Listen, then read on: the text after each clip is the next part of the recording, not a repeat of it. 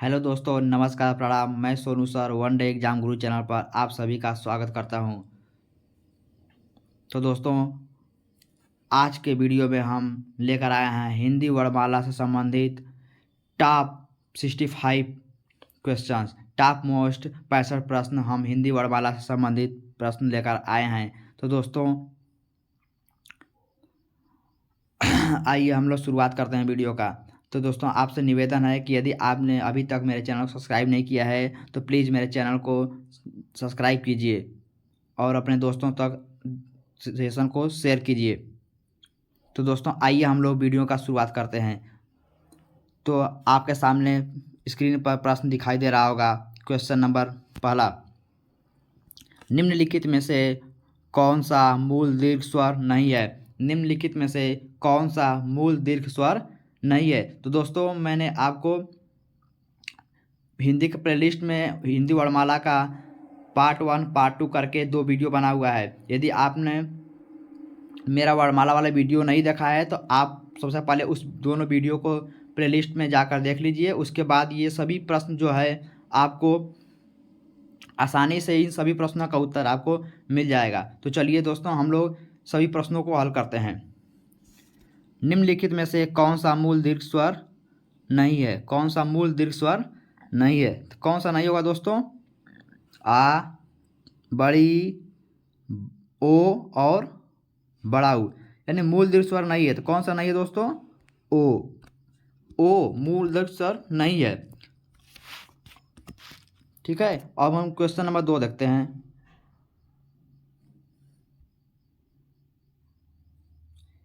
हिंदी में ध्वनियाँ कितने प्रकार की होती हैं? हिंदी में ध्वनियाँ कितने प्रकार की होती हैं? तो कितने प्रकार की होती हैं दोस्तों? हिंदी में ध्वनियाँ 2 प्रकार की होती हैं। हिंदी में ध्वनियाँ 2 प्रकार की होती हैं। कौन कौन सी? स्वर और व्यंजन। कौन कौन सी ध्वनियाँ दोस्तों? स्वर और व्यंजन। उसके बाद नेक्स्ट क्वेश्चन है क्वेश्चन नंबर 3, मात्रा के आधार पर स्वर कितने प्रकार के होते हैं? मात्रा के आधार पर स्वर कितने प्रकार के होते हैं? तो दोस्तों, बता दें कि मात्रा के आधार पर स्वर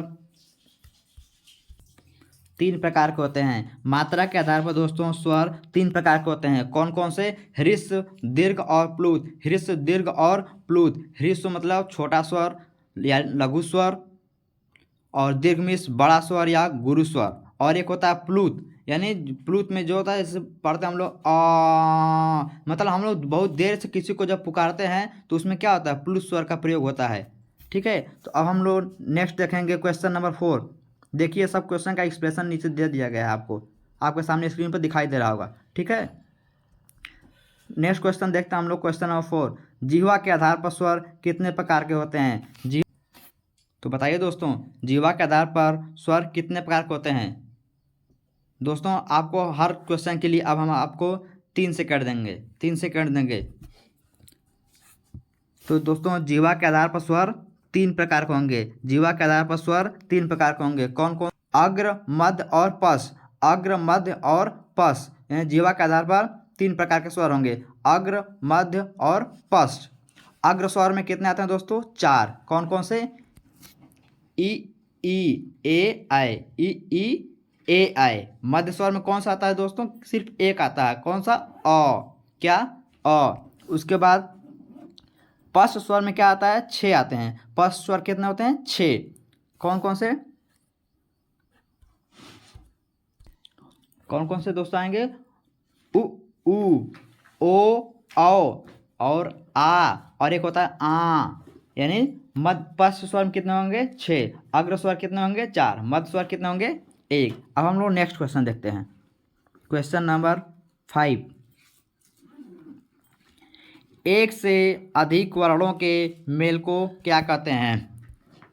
एक से अधिक वर्णों के मेल को क्या कहते हैं? क्या हम अक्षर कहेंगे, स्वर कहेंगे, शब्द कहेंगे या फिर व्यंजन कहेंगे? तो दोस्तों, क्या कहेंगे? जल्दी से उत्तर दीजिए आप लोग।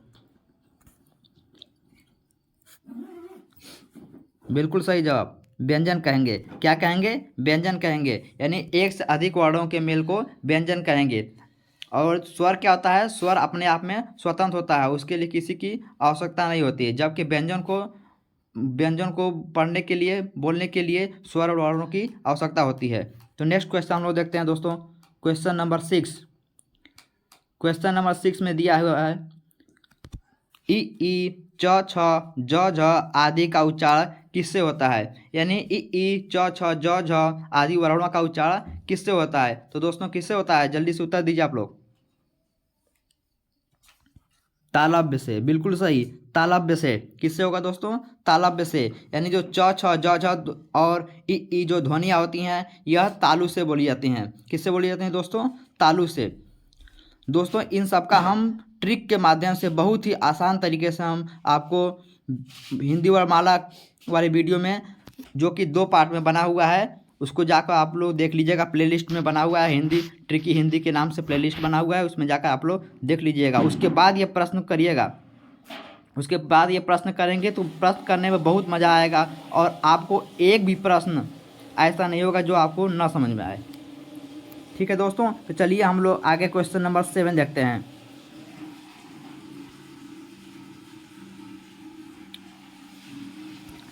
जिनका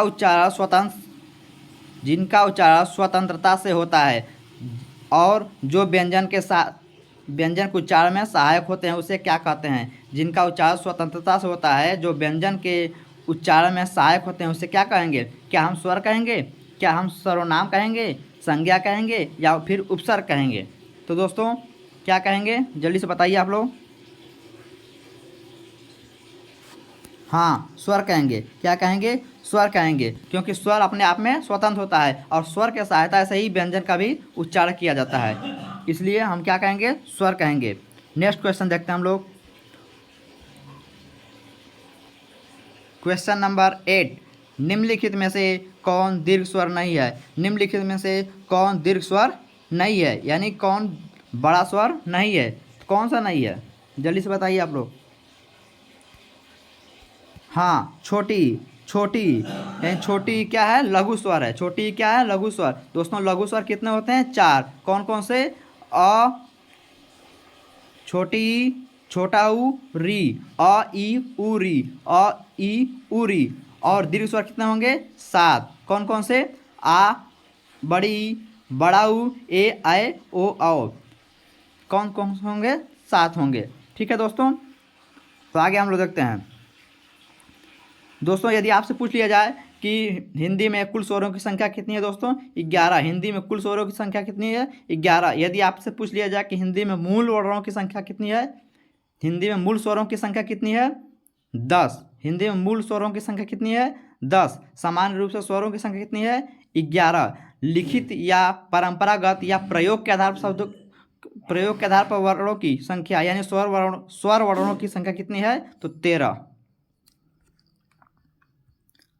दोस्तों अब हम लोग क्वेश्चन नंबर 9 देखते हैं। निम्नलिखित में से कौन अंतस्थ व्यंजन है। निम्नलिखित में से कौन सा अंतस्थ व्यंजन है। तो दोस्तों मैं आपको बता दूं कि अंतस्थ व्यंजन की संख्या कितनी है, 4। कौन कौन से है, य, र, ल और व। ये 4 क्या हैं दोस्तों, अंतस्थ व्यंजन है। य, र, ल और व, ये 4 क्या हैं, अंतस्थ व्यंजन है। तो बताइए इसमें कहीं दिया है। हाँ, इसमें क्या दिया है, विकल्प नंबर सी। क्या दिया है, सी में क्या है, व। यानी कौन सा अंतस्थ व्यंजन होगा, तो व।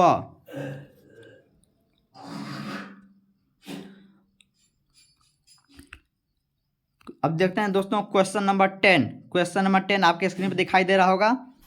य का उच्चारण स्थान क्या है, य का उच्चारण स्थान, य का उच्चारण स्थान क्या होगा, जल्दी से बताइए आप लोग। बिल्कुल सही जवाब, तालु। य का उच्चारण स्थान क्या होगा, तालु।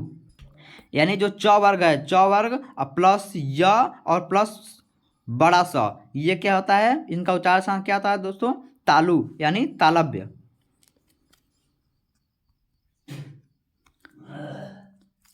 काकलवर्ण, काकल्यवर्ण, काकलवर्ण क्या होता है दोस्तों, काकल्यवर्ण। काकल्यवर्ण कौन सा होगा, ह। काकलवर्ण क्या होगा, ह। और इसके साथ ही एक और होता है काकलवर्ण में, काकलवर्ण में एक और होता है आ। क्या, आ। इसमें दोस्तों चंद्रबिंदी नहीं रहेगा, देख लीजिए इसमें चंद्रबिंदी नहीं लगा है, केवल ऊपर इस तरह मात्रा लगी हुई है। आ तो मतलब काकल वर्ण, ह और आ ये दो ठो क्या होते हैं, काकल वर्ण होते हैं। नेक्स्ट क्वेश्चन हम लोग देखते हैं, क्वेश्चन नंबर 12। अंतस्थ और उष्म में कितने वर्ण होते हैं? अंतस्थ और उष्म में कितने वर्ण होते हैं? तो दोस्तों अंतस्थ और उष्म में कितने वर्ण होंगे? 4। कितने होंगे? 4। कौन कौन से? अंतस्थ में य र ल व, अंतस्थ में य र ल व, और उष्म में क्या हो जाएंगे? स स, फिर छोटा सा और फिर ह। यानी अंतस्थ व्यंजन बोला जाए तो य र ल व, उष्म व्यंजन बोले जाए तो स ह। और दोनों की संख्या कितनी होती है दोस्तों? 4। दोनों की संख्या कितनी होती है? 4। नेक्स्ट क्वेश्चन हम लोग देखते हैं, क्वेश्चन नंबर 13। उष्म व्यंजन कौन सा है? निम्न में से उष्म व्यंजन कौन सा है? तो अभी हमने आपको ऊपर बताया है उष्म व्यंजन कौन से होंगे, स और ह। तो विकल्प में कहीं दिया है? हाँ, विकल्प नंबर ए क्या है? ह। उष्म व्यंजन कौन सा है? ह। Next question, question number 14। Hindi भाषा में कुल कितनी वर्ण लिपियाँ हैं? हिंदी भाषा में कुल कितने वर्ण लिपियाँ हैं, यानी कुल कितने वर्ण हैं? तो हिंदी भाषा में कुल दोस्तों कितने वर्ण हैं, जल्दी से बताइए आप लोग। हाँ बिल्कुल सही, कुल 52 वर्ण। हिंदी भाषा में कुल 52 वर्ण होते हैं। हिंदी भाषा में कुल 52 वर्ण होते हैं, जिसमें से 11 स्वर। जिनमें से स्वर कितने होते हैं दोस्तों? जिनमें से स्वर की संख्या है 11। स्वर की संख्या है 11 और व्यंजन की संख्या कितनी है दोस्तों? व्यंजन की संख्या 41। व्यंजन की संख्या 41, 41। यानी 41 व्यंजन और 11 स्वर, कुल मिला के कितने वर्ड हो गए दोस्तों? 12। अब हम लोग देखते हैं नेक्स्ट क्वेश्चन, क्वेश्चन नंबर 15। जब एक ही ध्वनि का द्वित्व हो जाए तब वह क्या कहलाता है? जब एक ही ध्वनि का द्वित्व हो जाए, द्वित्व यानी द्वित्व किसे कहेंगे दोस्तों? यानी जब कोई भी वर्ण पहले आधा और फिर पूरा, यानी कोई भी वर्ण पहले आधा और फिर पूरा, जैसे क्या हो गया? जैसे हम लिख दिए पप्पू, क्या? पप्पू। चम्मच, चम्मच। तो देखिए पप्पू में देखिए ये आधा वर्ड है, पहले आधा वर्ड फिर पूरा वर्ड आया है। चम्मच में भी आधा वर्ड फिर पूरा म आया है। तो ये मतलब कि एक बार आधा आएगा और एक बार पूरा आएगा, तो वो क्या हो जाएगा? द्वित्व व्यंजन, यानी 2 वर्ड हो जाएंगे। तो वो क्या हो जाएंगे? 2 वर्ड हो जाएंगे। क्या हो जाएंगे दोस्तों? युग्मक ध्वनियाँ। क्या हो जाएंगे? युग्मक। युग्मक में भी होता है 2 जोड़े। उसके बाद नेक्स्ट क्वेश्चन देखते हैं हम लोग, क्वेश्चन नंबर 16। क्वेश्चन नंबर 16 हम लोग देखते हैं, आपकी स्क्रीन पर क्वेश्चन नंबर 16 दिखाई दे रहा होगा। वह कौन सा व्यंजन है? वह कौन सा व्यंजन है? क्या क्या यह उष्म है, महाप्राण है, अंतस्थ है या फिर अघोष है? तो कौन सा व्यंजन होगा दोस्तों? वह क्या होगा दोस्तों? अंतस्थ व्यंजन। य र ल व क्या होगा? अंतस्थ व्यंजन। य र ल व क्या होगा? अंतस्थ व्यंजन। तो वह क्या होगा? अंतस्थ व्यंजन। अब हम देखते हैं क्वेश्चन नंबर 17। हम लोग देखते हैं क्वेश्चन नंबर 17। प फ ब भ म का उच्चारण स्थान क्या है? प फ ब भ म का उच्चारण स्थान क्या है? किसकी सहायता से बोले जाते हैं? तो किसकी सहायता से बोले जाते हैं दोस्तों? ओष्ठ। Option number B, option number B, ओष्ठ। ओष्ठ, प फ ब भ म, ओष्ठ। Next question, question number 18। जब 2 व्यंजन एक साथ मिलते हैं तो उन्हें क्या कहते हैं? जब 2 व्यंजन एक साथ मिलते हैं तो उन्हें क्या कहते हैं? क्या बोलेंगे दोस्तों? संयुक्त व्यंजन। क्या बोलेंगे? संयुक्त व्यंजन। यानी 2 व्यंजनों का मिलना, यानी 2 वर्णों का मिलना, यानी संयुक्त होना, तो उन्हें क्या बोलेंगे? संयुक्त व्यंजन। तो दोस्तों आपको बता दें कि हिंदी में संयुक्त व्यंजनों की संख्या कितनी है दोस्तों? 4। हिंदी में संयुक्त व्यंजनों की संख्या कितनी है? 4। कितनी है? 4। कौन कौन से? छ,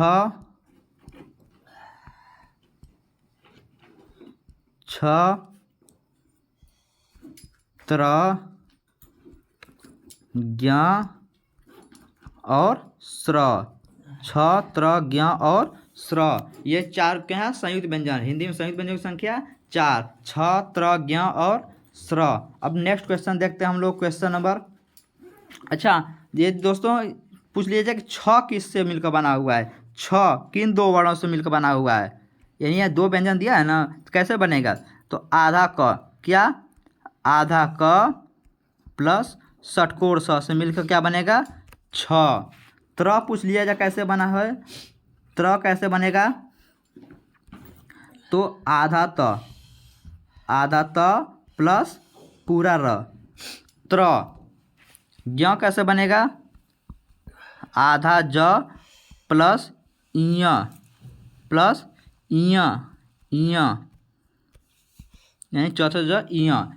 उसके बाद स्र कैसे बनेगा, आधा स प्लस र, आधा स प्लस र, तो ये क्या बन जाएगा, स्र। दोस्तों ये बार बार पूछा जाता है कि कौन सा संयुक्त अक्षर किन दो वर्णों से मिलकर बना होता है। यानी छ बनेगा आधा क प्लस षटकोण स, त्र बनेगा आधा त प्लस र, ज्ञ बनेगा आधा ज प्लस ञ और स्र बनेगा आधा स प्लस र से मिलकर बनता है। तो दोस्तों अब हम लोग आगे देखते हैं, question number 19।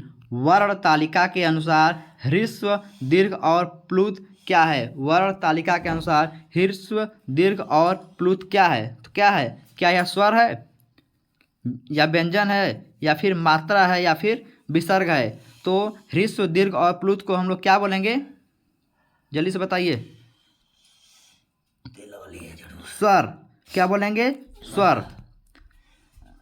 Next question, question number 20 आपके स्क्रीन पर दिखाई दे रहा होगा। हिंदी वर्णमाला में उष्म व्यंजन कौन कौन से हैं। हिंदी वर्णमाला में उष्म व्यंजन कौन कौन से हैं, तो कौन कौन से होंगे दोस्तों, मैंने आपको बताया पहले ही कि य र ल व अंतस्थ व्यंजन, य र ल व अंतस्थ व्यंजन और स ह उष्म व्यंजन, स ह उष्म व्यंजन, यानी विकल्प नंबर ए स ह उष्म व्यंजन होंगे। अब आपकी स्क्रीन पर next question, question number 21। Hindi के जिन वर्णों का उच्चारण करते समय केवल श्वास का प्रयोग किया जाता है उन वर्णों को क्या कहते हैं। हिंदी के जिन वर्णों का उच्चारण करते समय केवल श्वास का प्रयोग किया जाता है उन वर्णों को क्या कहेंगे, जल्दी से बताइए आप लोग। दोस्तों इसका जवाब आप लोग कमेंट बॉक्स में दीजिएगा, इसका जवाब आप लोग हमें कमेंट बॉक्स में दीजिएगा, कमेंट बॉक्स में दीजिएगा कि क्या होगा, हम इसका आंसर नहीं बताएंगे। कोई प्रश्न मैं आपके लिए भी छोड़ दूंगा होमवर्क के लिए। अब हम आपके स्क्रीन पर दिखाई दे रहा होगा क्वेश्चन नंबर 22। क्वेश्चन नंबर 22, य र ल व व्यंजनों को क्या कहते हैं। य र ल व व्यंजनों को क्या कहते हैं, तो क्या कहेंगे दोस्तों, अंतस्थ व्यंजन, क्या कहेंगे, अंतस्थ व्यंजन। अब हम देखते हैं क्वेश्चन नंबर 23। क्वेश्चन नंबर 23, निम्नलिखित में से घोष वर्ण कौन सा है। निम्नलिखित में से घोष वर्ण कौन सा है। तो दोस्तों मैंने आपको वीडियो में बताया है कि प्रत्येक वर्ग का पहला व दूसरा अक्षर अघोष, प्रत्येक वर्ग का पहला व दूसरा अक्षर अघोष तथा तीसरा चौथा और पांचवा अक्षर घोष होगा। घोष या फिर घोष को ही सघोष भी बोलते हैं, यानी घोष या सघोष तीसरा चौथा पांचवा अक्षर और अघोष प्रत्येक वर्ग का पहला व दूसरा अक्षर। इसको कैसे याद करेंगे, इसके लिए मैंने आपको ट्रिक बताया हुआ है, बहुत ही आसान ट्रिक है दोस्तों। तो प्लीज़ दोस्तों आप लोग प्लेलिस्ट में जाकर उन दोनों वीडियो को शुरू से लेकर अंत तक ज़रूर देखिएगा। और हाँ, मैं आई बटन में भी उसका लिंक दे दूँगा, वहाँ से भी आप देख सकते हैं। तो दोस्तों आपको यह वीडियो कैसा लग रहा है, उम्मीद करते हैं आपको यह वीडियो अच्छा लग रहा होगा और आपको समझ में भी आ रहा होगा। तो दोस्तों यदि आपने अभी तक मेरे चैनल को सब्सक्राइब नहीं किया है तो प्लीज़ मेरे चैनल को सब्सक्राइब कीजिए व नोटिफिकेशन बेल आइकन ऑन कर दीजिए, ताकि मैं जब भी कोई नया वीडियो डालूँगा आप तक सबसे पहले नोटिफिकेशन पहुंच जाए। तो दोस्तों अब हम लोग आगे देखते हैं क्वेश्चन नंबर 23। निम्नलिखित में से घोष वर्ण कौन सा है? निम्नलिखित में से घोष वर्ण कौन सा है? तो दोस्तों अभी मैंने बताया कि तीसरा चौथा और पांचवा अक्षर, तीसरा चौथा पांचवा अक्षर क्या होगा? घोष वर्ण। तो इसमें क्या होगा? च क्या है? पहला अक्षर, तो ये अघोष। क क्या है?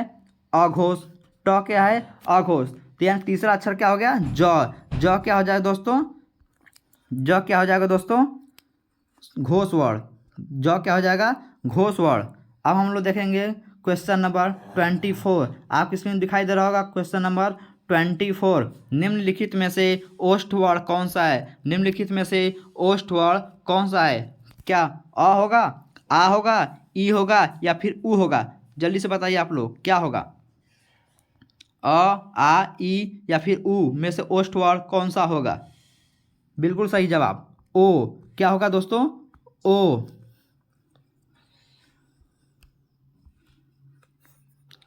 नेक्स्ट क्वेश्चन, क्वेश्चन नंबर 25 आपके स्क्रीन पर दिखाई दे रहा होगा। अनुस्वार किसका कार्य करता है? अनुस्वार किसका कार्य करता है? अनुस्वार यानी प्रत्येक वर्ग का पांचवा अक्षर, प्रत्येक वर्ग का पांचवा अक्षर अनुस्वार का कार्य करता है, जिसे हम लोग पंचमा वर्ण बोलेंगे या फिर नासिक व्यंजन के नाम से भी जाना जाता है। ठीक है। नेक्स्ट क्वेश्चन हम लोग देखते हैं क्वेश्चन नंबर 26। क्वेश्चन नंबर 26 आपके स्क्रीन पर दिखाई दे रहा होगा। लिखित भाषा में मूल ध्वनियों के लिए जो चिन्ह मान लिए गए हैं या जिस रूप में लिखे जाते हैं उसे क्या कहते हैं? यानी मूल ध्वनियों को, यानी हम जो कुछ भी ध्वनियाँ हम लोग बोलते हैं उनमें हम जिस भाषा में लिखते हैं उसे क्या कहेंगे? क्या कहेंगे दोस्तों? लिपि। क्या कहेंगे? लिपि। लिपि यानी लिखने का तरीका। लिपि क्या अर्थ होता है? लिखने का तरीका। लिपि मतलब लिखने का तरीका, लिखने का तरीका।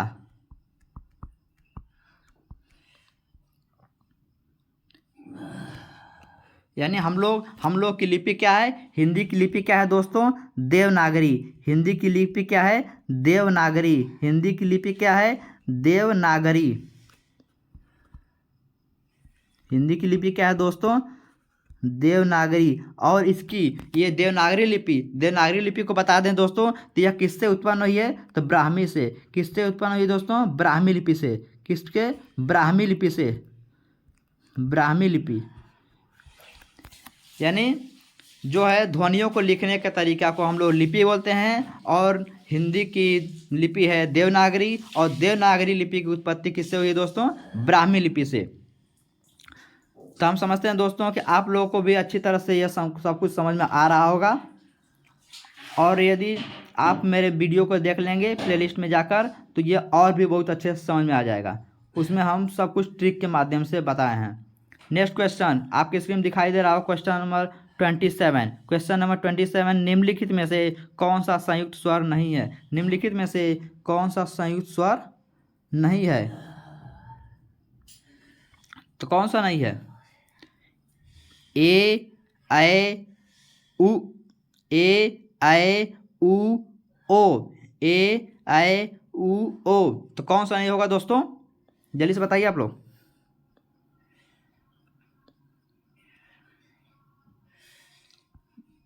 बड़ा ऊ। कौन सा होगा? बड़ा ऊ। बिल्कुल सही जवाब दोस्तों। कौन सा होगा? बड़ा ऊ। क्यों? क्योंकि ए दो वर्णों से मिलकर बना हुआ है। ए दो वर्णों से मिलकर बना हुआ है। किससे बनेगा दोस्तों? अ, अ या आ। अ या आ प्लस ई या ई से मिलकर बनेगा दोस्तों क्या? क्या बनेगा? ए। तो दोस्तों अ आ प्लस ई को मिलाएंगे तो क्या बनता है? ए। और अ आ प्लस ए को मिलाएंगे तो क्या बनेगा? ए। यानी अ या आ के साथ छोटी या बड़ी को मिलाएंगे तो ए बनेगा, और अ या आ के साथ ए को मिलाएंगे तो आई बनता है। इसी तरह ओ। ओ और ओ को देख लेते हैं। ओ और औ को देख लेते हैं।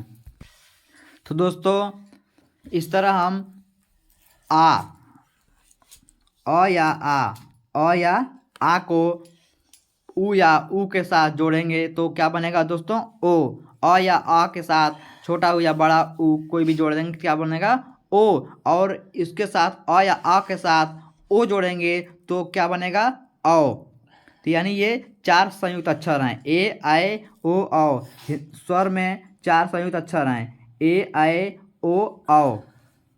नेक्स्ट क्वेश्चन आपके स्क्रीन पर दिखाई दे रहा होगा, क्वेश्चन नंबर 28। क्वेश्चन नंबर 28, निम्नलिखित में से कौन अल्प प्राण व्यंजन है? निम्नलिखित में से कौन अल्प प्राण व्यंजन है? तो दोस्तों आपको बता दें कि प्रत्येक वर्ग का पहला, तीसरा और पांचवा अक्षर अल्प प्राण, प्रत्येक वर्ग का पहला, तीसरा और पांचवा अक्षर अल्प प्राण और दूसरा व चौथा अक्षर महाप्राण होगा। दूसरा व चौथा अक्षर महाप्राण होगा। तो दोस्तों आप बता दीजिए कि इसमें से अल्प प्राण कौन सा है?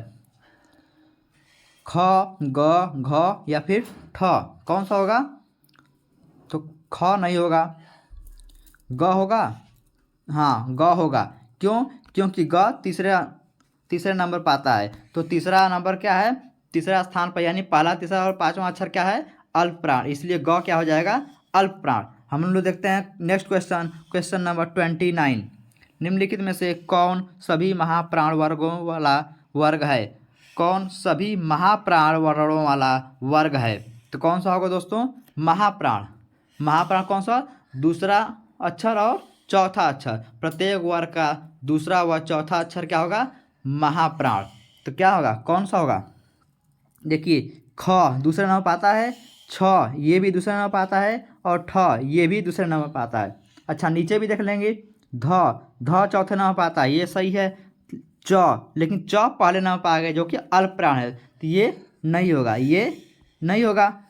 फिर देखते हैं सी में, म क्या है? पाँचवें नंबर पर, ये पहले ही गलत हुआ, किया क्या? अल्प प्राण हो गया। फिर क्या है? य, फिर क्या है? द और ध। तो दोस्तों जितने भी अंतस्थ व्यंजन होते हैं, यानी य, र, ल, व, ये सब क्या होते हैं? अल्प प्राण। और हमें क्या देखना है क्वेश्चन में? महाप्राण। तो ये भी क्या हो गया? अल्प प्राण में दिया है य, तो क्या होगा? यह अल्प प्राण होता है, ठीक है। और द भी तीसरे नंबर पर है, तो ये भी अल्प प्राण हो जाएगा। ध क्या है? महाप्राण होगा, लेकिन इसमें पूछा है कि सभी वर्ण महाप्राण होने चाहिए, तो कौन सा हो जाएगा दोस्तों? ख, छ और ठ, ख, छ और ठ। नेक्स्ट क्वेश्चन आपके स्क्रीन पर दिखाई दे रहा होगा, क्वेश्चन नंबर 30। ए और ऐ वर्ण क्या कहलाते हैं? ए ऐ वर्ण क्या कहलाते हैं? क्या कहलाएंगे दोस्तों? क्या नासिक कहलाएगा, क्या मूर्धन्य कहलाएगा, या फिर ओष्ठ कहलाएगा, या फिर कंठ तालव्य कहलाएगा? तो क्या कहलाएगा दोस्तों? जल्दी बताइए। जी हाँ, कंठ तालव्य। क्या कहलाएगा? कंठ तालव्य। क्यों? क्योंकि ए जो है किससे मिलकर बन रहा है? अ या आ प्लस ई या ई से मिलकर बन रहा है, जो कि अ आ क्या होता है? कंठ। अ आ किससे प्रयोग होता है? कंठ से बोला जाता है। और ई किससे बोला जाता है? तालु से। इसलिए कंठ और तालु को मिला क्या हो जाएगा? कंठ तालव्य, कंठ तालव्य।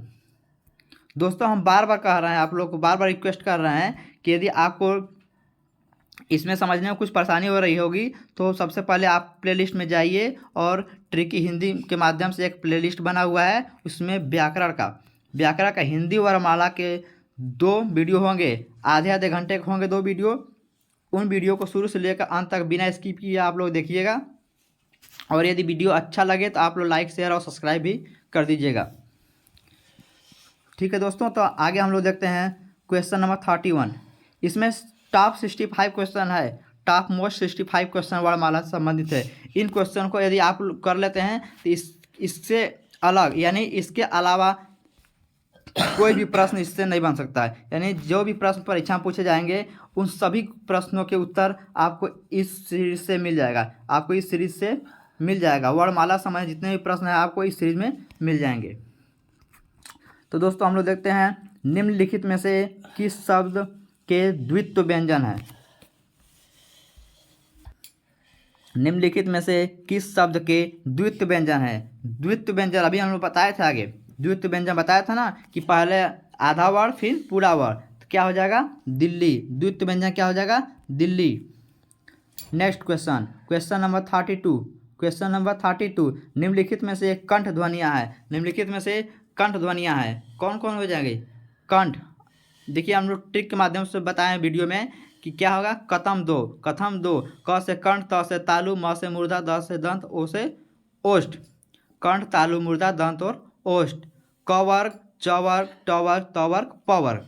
क वर्ग कंठ, च वर्ग तालु, ट वर्ग मूर्धा, त वर्ग दंत और प वर्ग ओष्ठ। तो यहाँ क्या पूछा गया है, कंठ ध्वनियाँ। कंठ ध्वनियाँ क्या है, क वर्ग में क ख ग घ अंग आता है। तो क और ख यानी विकल्प ए क्या हो गया, कंठ ध्वनियाँ। नेक्स्ट हम लोग देखेंगे, निम्नलिखित में से कौन सा वर्ण उच्चारण की दृष्टि से दंत नहीं है। निम्नलिखित में से कौन सा वर्ण उच्चारण की दृष्टि से दंत नहीं है। दंत क्या हो जाएगा, त वर्ग में त से लेकर त थ द ध न यानी 5 वर्ग दंत वर्ग आएंगे। तो क्या हो जाएगा, त है, न है, द है। इसमें पूछा है नहीं है, कौन सा वर्ग दंत नहीं है। तो कौन सा नहीं है, ट किस में आता है, मूर्धा में। ट वर्ग किस में आता है, मूर्धा में। नेक्स्ट क्वेश्चन नंबर 34, कौन सा अमानक वर्ण है। कौन सा अमानक वर्ण है। दोस्तों ये क्वेश्चन भी आपके लिए होमवर्क में रहेगा। इसका जवाब भी आप लोग कमेंट बॉक्स में दीजिएगा। दोस्तों जल्दी से आप लोग चैनल सब्सक्राइब कर दीजिए। यदि आपने सब्सक्राइब नहीं किया हो तो जल्दी से चैनल सब्सक्राइब कीजिए, लाइक कर दीजिए और अपने दोस्तों को भी शेयर कर दीजिए। दोस्तों आप लोग वीडियो देखते हैं और लाइक शेयर और सब्सक्राइब नहीं करते हैं। वीडियो बनाने में दोस्तों बहुत मेहनत लगता है, तो प्लीज़ दोस्तों आप लोग चैनल को लाइक शेयर और सब्सक्राइब कर दिया करिए। चलिए दोस्तों हम लोग नेक्स्ट देखते हैं क्वेश्चन नंबर 35, छ वर्ण किसके योग से बनता है। छ वर्ण किसके योग से बनता है। तो दोस्तों मैंने आपको पीछे बताया था कि आधा क ये पूरा नहीं है, आधा क प्लस स के योग से क्या बनेगा, छत्रीय छ। आधा क प्लस स के योग से छत्रीय छ क्या है, संयुक्त व्यंजन है। क्या है, संयुक्त व्यंजन। नेक्स्ट क्वेश्चन नंबर 36 आपके स्क्रीन पे दिखाई दे रहा होगा। क्वेश्चन नंबर 36, हिंदी वर्णमाला के स्वरों की कुल संख्या कितनी है। हिंदी वर्णमाला में स्वरों की कुल संख्या कितनी है, 11। कितनी है दोस्तों, 11। यदि आपसे पूछ लिया जाए कि मुख्य स्वरों यानी मूल स्वरों की संख्या कितनी है, मुख्य स्वर। हिंदी में मुख्य स्वरों की संख्या कितनी है दोस्तों, 10। यदि आपसे पूछ लिया जाए, सामान्य रूप से पूछ दिया जाए कि स्वरों की कुल संख्या कितनी है तो 11, और मुख्य रूप से स्वरों की कुल संख्या कितनी है, 10। और लिखित रूप में, लिखित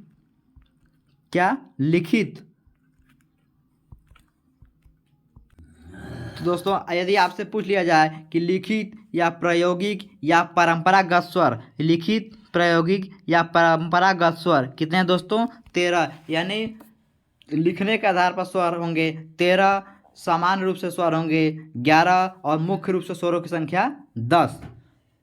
दोस्तों एकदम बहुत ही डिटेल में आपको बता दे रहे हैं दोस्तों, और इससे कहीं भी प्रश्न, इससे ज़्यादा प्रश्न नहीं बनेगा आप लोग को किसी भी परीक्षा में। नेक्स्ट क्वेश्चन देखते हैं हम लोग। क्वेश्चन नंबर 37, नीचे दिए गए शब्दों में से नवीन विकसित ध्वनियाँ कौन सी हैं। नीचे दिए गए शब्दों में से नवीन विकसित ध्वनियाँ कौन सी हैं, जल्दी से बताइए आप लोग, जल्दी से बताइए। चलिए इस क्वेश्चन को भी आप लोग को हम यस डब्ल्यू दे देते हैं। इसका भी उत्तर आप लोग कमेंट बॉक्स में कमेंट करिएगा, कमेंट जरूर करिएगा दोस्तों। नेक्स्ट क्वेश्चन हम लोग देखते हैं। क्वेश्चन नंबर 38, निम्नलिखित में से एक वर्ण व्यंजन नहीं है। निम्नलिखित में से कौन सा वर्ण है जो कि व्यंजन नहीं है, यानी कि वह स्वर है। व्यंजन नहीं है मतलब क्या है, स्वर होगा। जब व्यंजन नहीं होगा तो वह स्वर होगा। तो कौन सा होगा, ऊ। क्या होगा, ऊ क्या है, स्वर होगा, यानी व्यंजन नहीं है। नेक्स्ट क्वेश्चन नंबर 39 आपके स्क्रीन पर दिखाई दे रहा होगा। स ह कौन से व्यंजन कहलाते हैं। स ह कौन से व्यंजन कहलाते हैं। क्या प्रकम्पी व्यंजन कहलाएंगे?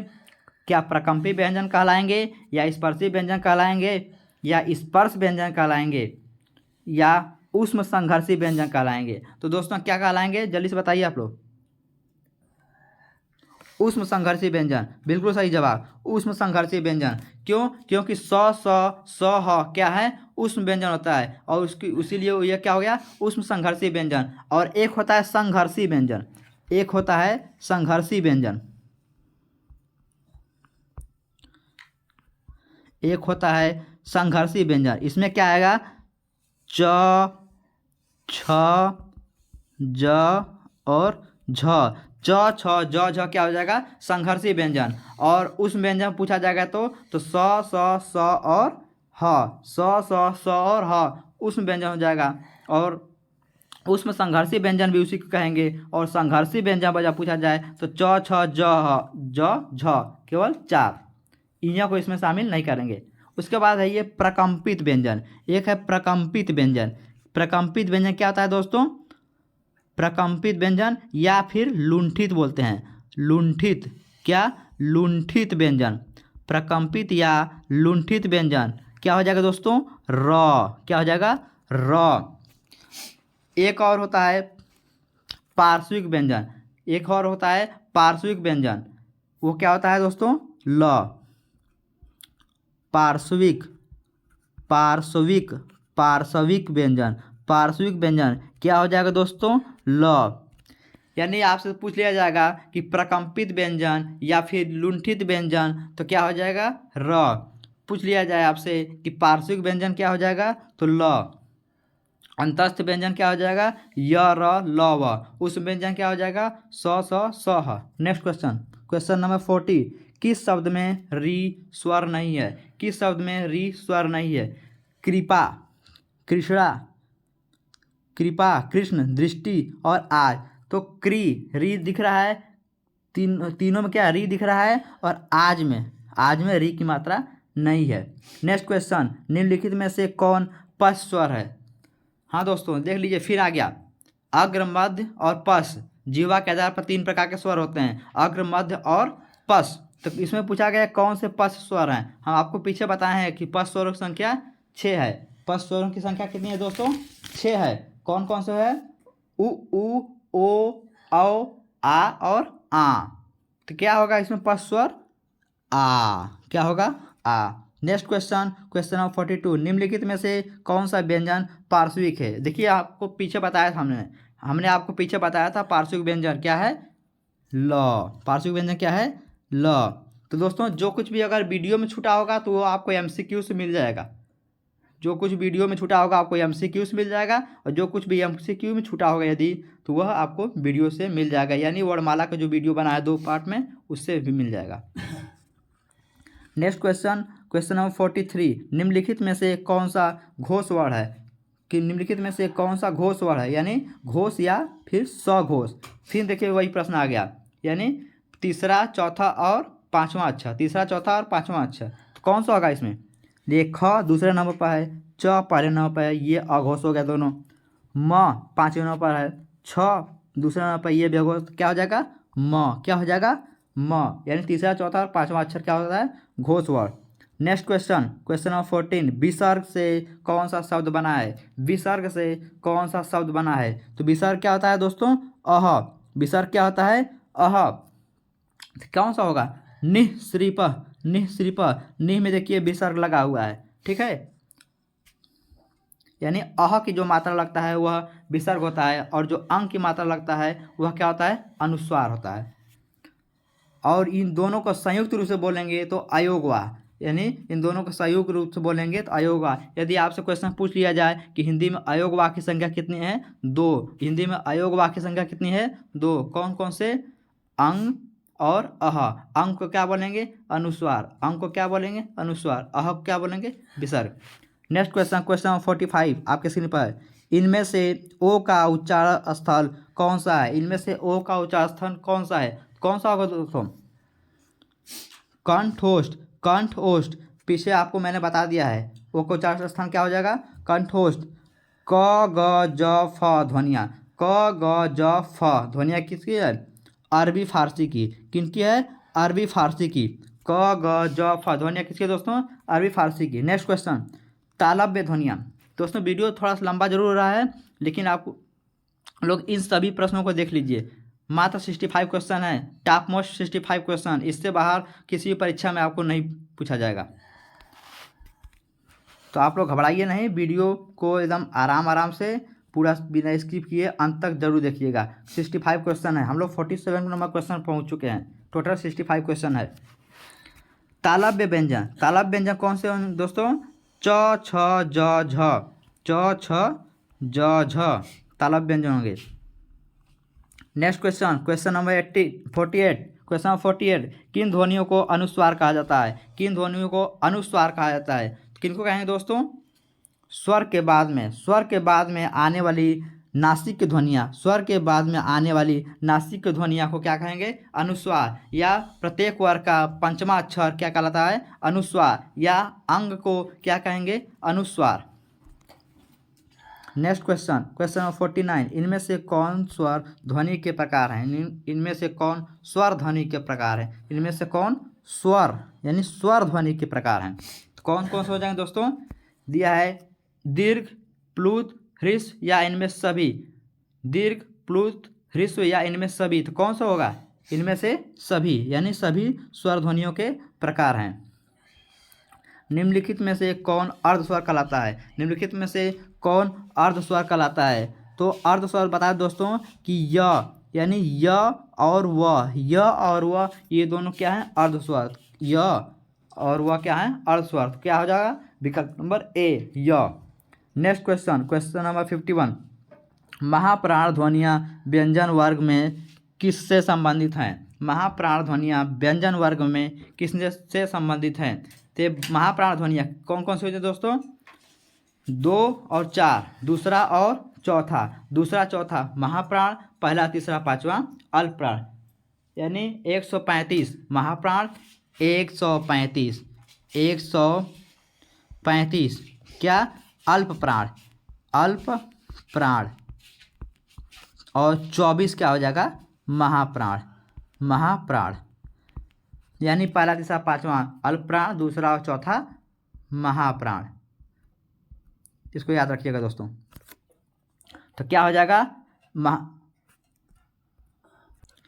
तो दोस्तों कौन सा हो जाएगा? महाप्राण, दूसरा और चौथा महाप्राण, दूसरा और चौथा महाप्राण। नेक्स्ट क्वेश्चन, क्वेश्चन नंबर 52, भाषा की सार्थक इकाई क्या होगी? भाषा की सार्थक लघुत्तम इकाई क्या होगी दोस्तों? शब्द। क्या होगी? शब्द।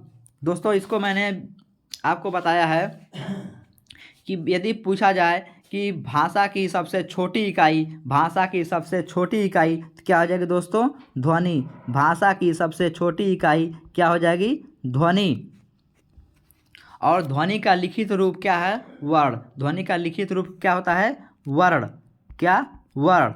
यानी इसी को ऊपर दिया गया था लिखने का तरीका। तो ध्वनि, भाषा की सबसे छोटी इकाई ध्वनि, ध्वनि का लिखित रूप वर्ण। यानी विकल्प में आपको ध्वनि दिया रहेगा तो ध्वनि लगाएंगे छोटी इकाई में, और वर्ण दिया रहेगा तो वर्ण लगाएंगे। लेकिन जब पूछ दिया जाएगा कि भाषा की सार्थक लघुत्तम इकाई, भाषा की सार्थक लघुत्तम इकाई, तब क्या हो जाएगा दोस्तों? शब्द। क्या हो जाएगा? शब्द। नेक्स्ट क्वेश्चन, क्वेश्चन नंबर 53, इनमें से कौन अल्पप्राण व्यंजन है? इनमें से कौन अल्पप्राण व्यंजन है? यानी पहला तीसरा और पांचवा अक्षर में से कोई है? तो यहाँ पर है चौ। चौ क्या है? अल्पप्राण व्यंजन। नेक्स्ट क्वेश्चन, इनमें कौन सा वर्ण स्पर्श व्यंजन नहीं है? कौन सा वर्ण स्पर्श व्यंजन नहीं है? तो दोस्तों बता दें आपको कि हिंदी में स्पर्श व्यंजनों की संख्या यदि मूल रूप से देखे जाएँ तो 25 होते हैं, क से लेके म तक। यानी क वर्ग में 5 अक्षर, च में 5 अक्षर, ट में 5 अक्षर और त में 5 अक्षर और प में 5 अक्षर, यानी कुल 25 स्पर्श व्यंजन। यानी मूल रूप से 25। कितने? 25। और यदि आप ढ, क्या?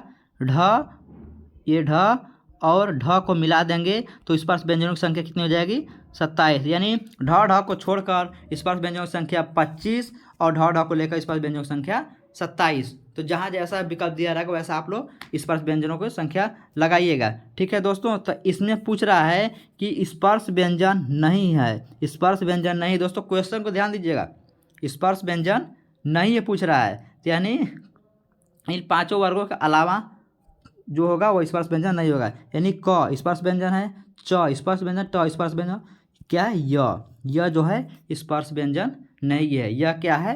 अंतस्थ है। यह क्या है? अंतस्थ है। Next question, question number 55। निम्नलिखित में से कंठ ध्वनियाँ कौन सी हैं? निम्नलिखित में से कंठ ध्वनियाँ कौन सी हैं? कौन सी दोस्तों? क ख, क ख, क ख। वर्णमाला किसे कहते हैं? वर्णमाला किसे कहते हैं? तो दोस्तों वर्णों के व्यवस्थित समूह को वर्णमाला कहते हैं। वर्णों के व्यवस्थित समूह को वर्णमाला कहते हैं। थोड़ा हम लोग फास्ट चलते हैं क्योंकि वीडियो बहुत लंबा हो चुका है। वर्ण शब्द का अर्थ नहीं होता। वर्ण शब्द का अर्थ नहीं होता। क्या नहीं होता? क्या रंग नहीं होता, अक्षर नहीं होता, आकाश नहीं होता, या फिर जाति नहीं होता? क्या नहीं होगा? अक्षर। वर्ण में होता है रंग, रूप, जाति, समूह, आकाश, ठीक है। अक्षर नहीं होगा। हिंदी शब्दकोश के अनुसार संतान, हिंदी शब्दकोश के अनुसार संतान, सकल, सचल, सक्षम शब्दों का सही क्रम क्या होगा दोस्तों? तो संतान, सकल, सचल, सक्षम शब्दों का सही क्रम क्या हो जाएगा? विकल्प नंबर सी। यानी यह जिस रूप में दिया गया है वह सही है।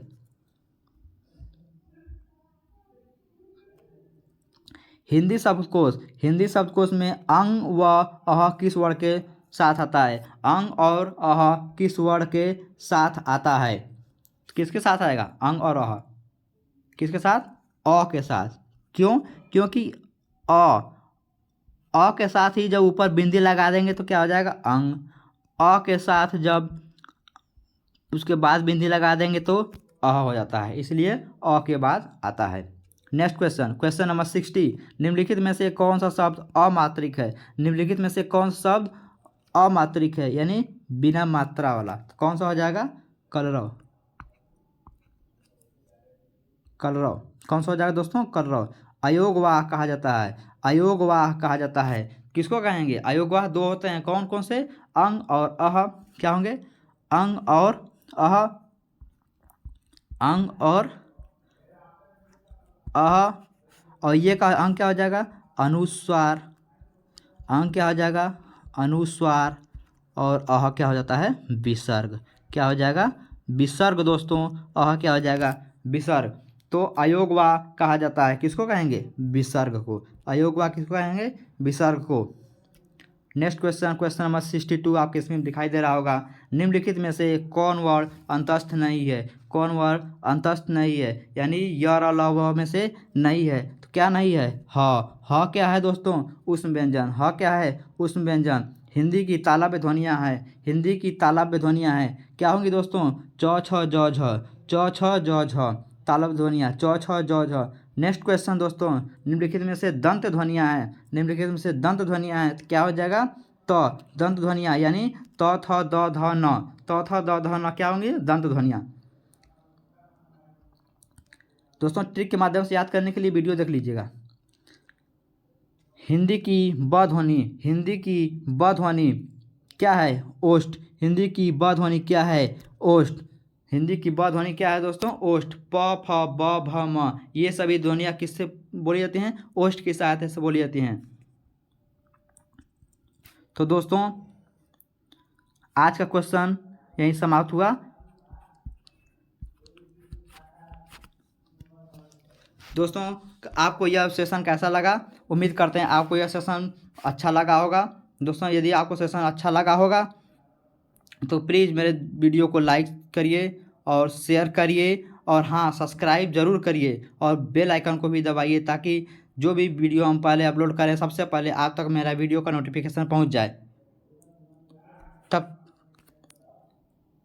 दोस्तों और इसमें जो कुछ भी कमी रह गई हो, जो कुछ भी नहीं समझ में आया होगा, वो आप मुझे कमेंट बॉक्स में कमेंट करिएगा। मैं कमेंट के माध्यम से आपके सभी सवालों का जवाब दूंगा। ठीक है, तब तक के लिए हम लोग चलते हैं।